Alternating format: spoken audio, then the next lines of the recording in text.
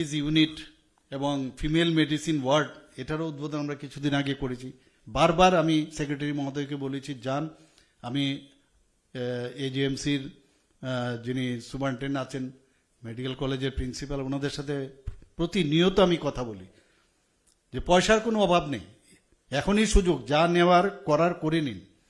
আর আমি বলবো এজিএমসির, আমি তো মানে কেজিএমসির থেকে পাশ করেছি পোস্ট গ্রাজুয়েশন, এটার একটা নাম আছে। তো এইরকম মানে জর্জিয়ান বলা হয়, জর্জিয়ান মিট।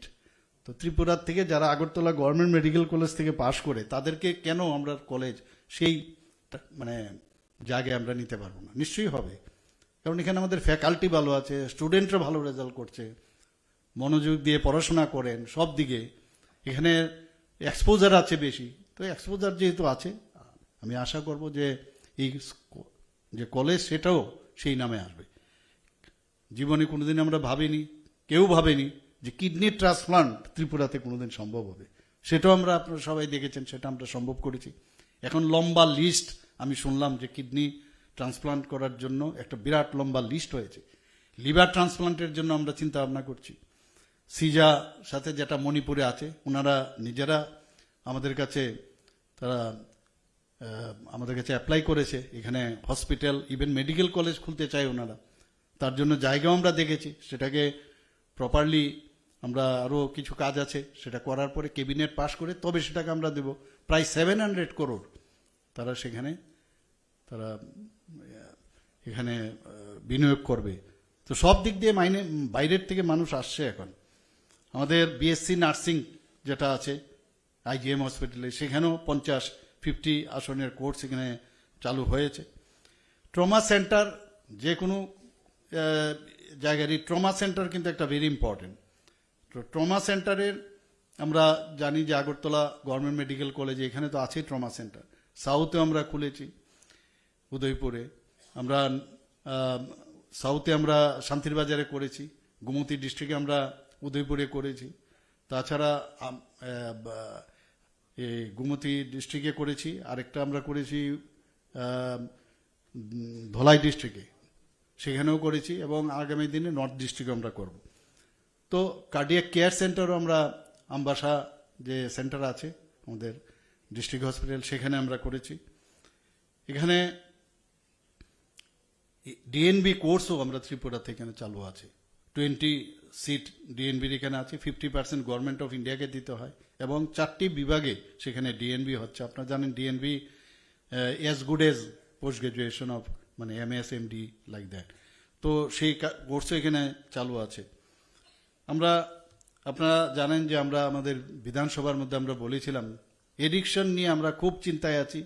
ত্রিপুরাতে এই ডি এডিকশন সেন্টার খোলার জন্য আমরা সবটি ডিস্ট্রিক্টে আমরা খুলব, এবং প্রতিটা সেন্টারে আমরা 20 করোড় করে রাখার বন্দোবস্ত আমরা করেছি। এর মধ্যে আপনারা জানেন যে এজিএমসি তো 20টি ডিপার্টমেন্ট আছে, সেখানে 20টি ডিপার্টমেন্টে 20টি যে পিজি কোর্সে প্রায় 85টি আসন আছে আপনাদের। এবং আমি প্রায় এসে যখন জীবিতে আসি কোনো রুগীকে দেখতে, সেখানে দেখি অনেক পেশেন্ট মাটিতে বসে থাকে, শুয়ে থাকে। তো আমি বললাম যে যত চেষ্টা করা যায়, কারণ কোনো অবস্থায় সব করে দেবো একদিনে, সেটা সম্ভব নয়। তো আমি যখন আধিকারিকদের সাথে কথা বললাম, ডাক্তারবাবুদের সাথে কথা বললাম, সেখান থেকে যখন 727টি শয্যা ছিল, সেখানে আজকে 1000 মানে ডাবল হয়ে যায়, 1413টি আমাদের শয্যা সংখ্যা হয়েছে। এখানে রিসেন্টলি আমরা ইমার্জেন্সি মেডিসিন চালু করা যেটা শুরু করলাম, তাতে করে যেখানে কনফার্ম মৃত্যু হবেই সেখানেও কিন্তু অনেক পেশেন্ট এখন ভালো হচ্ছে। এটা একটা বিরাট বড় বিষয়। এবং আমরা এজিএমসির মধ্যে আপনারা সবাই জানেন যে একটা সুপার স্পেশালিটি ব্লক আমরা চালু করেছি, সেখানে কার্ডিওলজি, নেফ্রোলজি এবং নিউরোসার্জারি সেগুলো আমরা সেখানে চালু হয়ে গেছে। কার্ডিওথোরাসিক অ্যান্ড ভাস্কুলার সার্জারি সিটিবিএস সেগুলোও চালু হয়েছে। তো আমরা চাইছি যে ত্রিপুরাতে যেটা আমরা বলছি যে সবাই আমরা আপনাদের যে এক্সপার্টাইজ সেগুলো নিয়ে আমরা আগামী দিন নিশ্চয়ই আরও বেশি করে স্বাস্থ্য ব্যবস্থাকে উন্নতি করব। আপনারা জানেন যে এর মধ্যে আমাদের ডোনার মিনিস্ট্রি থেকে আমাদের প্রায় 515 কোটি টাকা স্যাংশন হয়েছে। এর মধ্যে 3টি কিন্তু স্বাস্থ্য দপ্তরের জন্য, মানে স্বাস্থ্যের ডেভেলপমেন্টের জন্য। আগরতলা গভর্নমেন্ট ডেন্টাল কলেজের জন্য প্রায় 202 কোটি টাকা দেওয়া হয়েছে। এজিএমসিতে মাদার অ্যান্ড চাইল্ড বিভাগে 192 কোটি টাকা দেওয়া হয়েছে। 121 কোটি টাকা ডি এডিকশন সেন্টার, যেটা বিশ্রামগঞ্জে হবে। তো সেইভাবে আমরা প্রধানমন্ত্রীজি চাইছে যে অ্যাক্টিস্ট পলিসির মাধ্যমে আমাদের এখানে স্বাস্থ্য ব্যবস্থা থেকে শুরু করে আমাদের যে হীরা মডেল উনি দিয়েছেন, এতগুলো national highway, internet, railway, airway সব আমাদের দিয়েছেন উনি। তো একটা সমস্ত ত্রিপুরার মধ্যে এখন একটা বলা হয় ফিল গুডের যে বিষয়, সেটা চলে এসছে। আপনারা সবাই জানেন প্রধানমন্ত্রী জন আরোগ্য যোজনা এটা সারা পৃথিবীর মধ্যে একটা আলোচ্য বিষয়, যে এত বড় একটা যোজনা কি করে উনি স্টার্ট করলেন।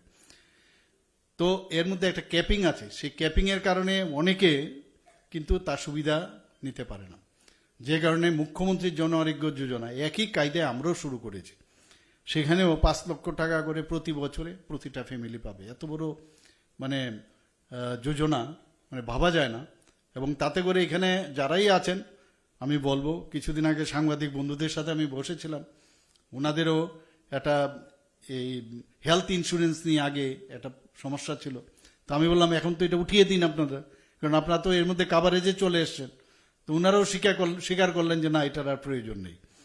তো সেইভাবে আমরা সরকার চাইছি যে একদিকে মানুষের স্বাস্থ্য পরিষেবা কাছে প্রতিটা ঘরে পৌঁছুক, আরেক দিক দিয়ে আমরা ইনফ্রাস্ট্রাকচার যদি ডেভেলপ করতে পারি, আমাদের ম্যান পাওয়ার যদি বাড়াতে পারি, আমাদের এক্সপার্টাইজ যদি আরও বাড়াতে পারি, তবেই সেটা সম্ভব হবে।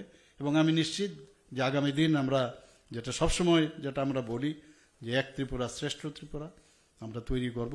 সবাইকে অসংখ্য ধন্যবাদ জানিয়ে আমার বক্তব্য শেষ করছি। জয় হিন্দ।